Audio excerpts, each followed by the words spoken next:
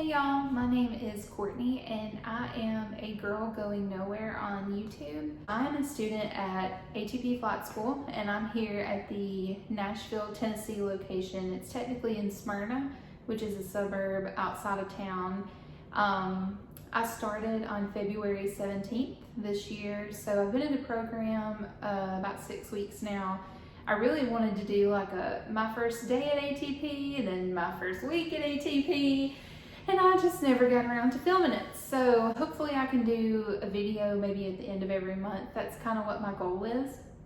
So just to update on my progress and what I'm going through. Your first day, you may get to fly, you may not. I did, luckily. So you'll fill out your paperwork and everything. You'll apply for your student pilot certificate and then get to fly if you're able to. I think I flew 2 times the first week, which was mainly because of bad weather. Weather and maintenance have been a little bit of an issue, but I kind of knew it would be the first little bit just because we're on the back end of the winter weather up here. So not a whole lot of ice or snow. I think one day it snowed like my first week up here, but it's just the clouds are always so low. And why I chose to come to ATP was because of the reputation. I feel like they do have a great program here. The networking, I think that's good as well. It has just been awesome. I have enjoyed it. The staff and the instructors are really great. I've enjoyed my instructor. He's pretty awesome. So about 6 weeks into the program, and I've been a little bit behind because of the weather maintenance, but I should be able to get back on track if I get to have my eval Friday. And I'm expected to be done mid-November.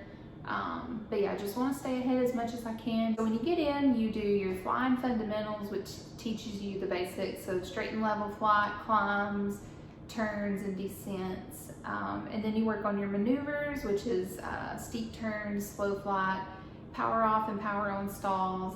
And I love me some stalls, man. I did them. I remember when I was studying them back in the fall, I was terrified. I just was so worried. But now they're my favorite. I love them so much. They give me I hate straight and level. I hate just being constant. I always want to be doing something, running around, and I'm like that just in real life. I just hate to be still. I want to be doing something, and it drives me crazy. Yeah, so you'll get in here and do those maneuvers, and then after that, you will do a takeoffs and landings block. And then you'll do your TOL eval with your lead instructor. And I was super nervous, but our lead here is pretty chill. I love her. She's really sweet too. She was like, don't be nervous, you're good.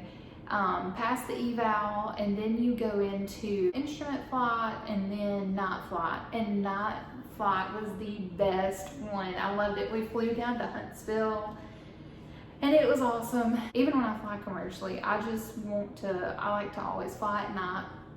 I like seeing everything just from that perspective. I think it's pretty cool. And then you really work on your solo prep phase.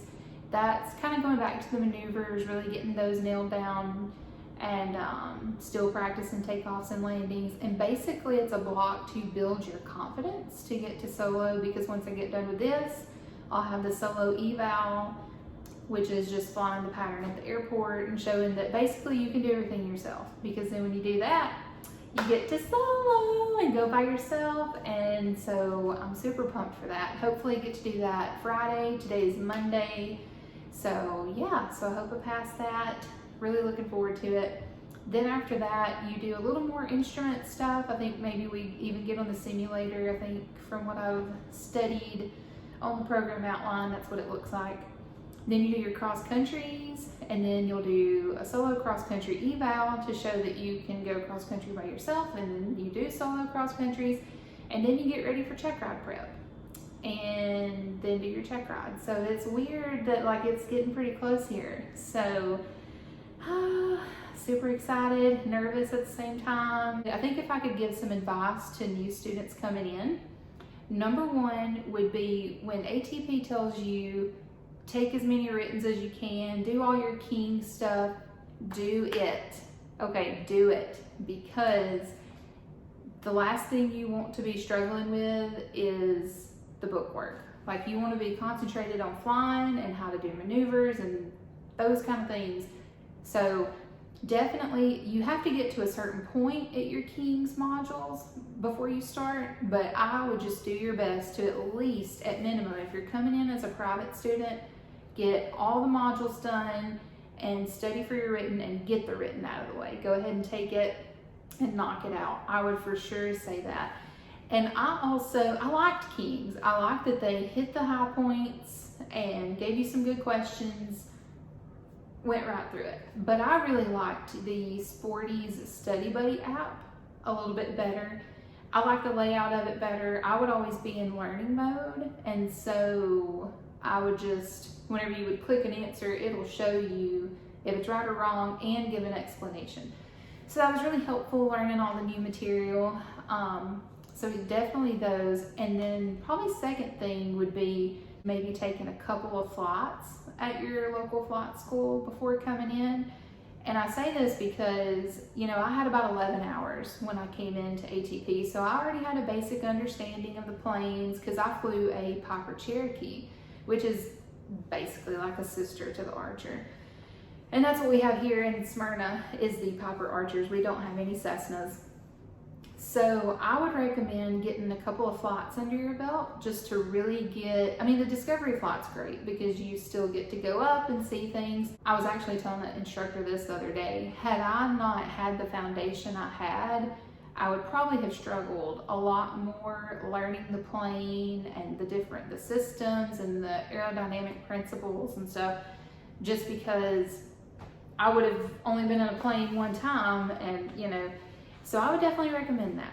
I think that would be pretty helpful to some people. I am staying in the housing. That's actually where this is. I'm on the couch right now, clearly. But yeah, I really like the housing. It's pretty nice. It's in a nice, safe neighborhood, and I particularly like this exit. If there's any of you out there that are watching this and considering coming to the Nashville location, and you're gonna have to do the student housing, or even if you're not, the exit that the airport's on, you've got a Super Target, which unless it has changed in the few years since it's been that I've lived here, it's the only Super Target in Nashville. So great grocery selection, ton of stuff if you need it. I don't know where the nearest Walmart is. I don't shop at Walmart. I don't like Walmart. It's just not my thing. I know I'm country as all get out, but your girl is taking Target any day of the week. I got that red card, get my 5%, and I'm all good. So there's Publix, Kroger, Chick-fil-A. It's very important. I love my Chick-fil-A, and I actually used to work there. But yeah, tons of good stuff here at this exit, and then obviously downtown super close. We're in the middle of all this coronavirus stuff. Everybody at our location is taking it very seriously, and I personally am spraying each plane I fly when I go out and get my binder to do the weight and balance and look up that stuff. I spray it with some Clorox and wipe down the yoke, and anything anybody's gonna have to touch throughout the duration of the flight, I'm wiping it down. But thank you for watching my video. If you have any questions, just put them below and I'll do my best to reach out to everybody. But thank you for watching, and I hope you have a great day.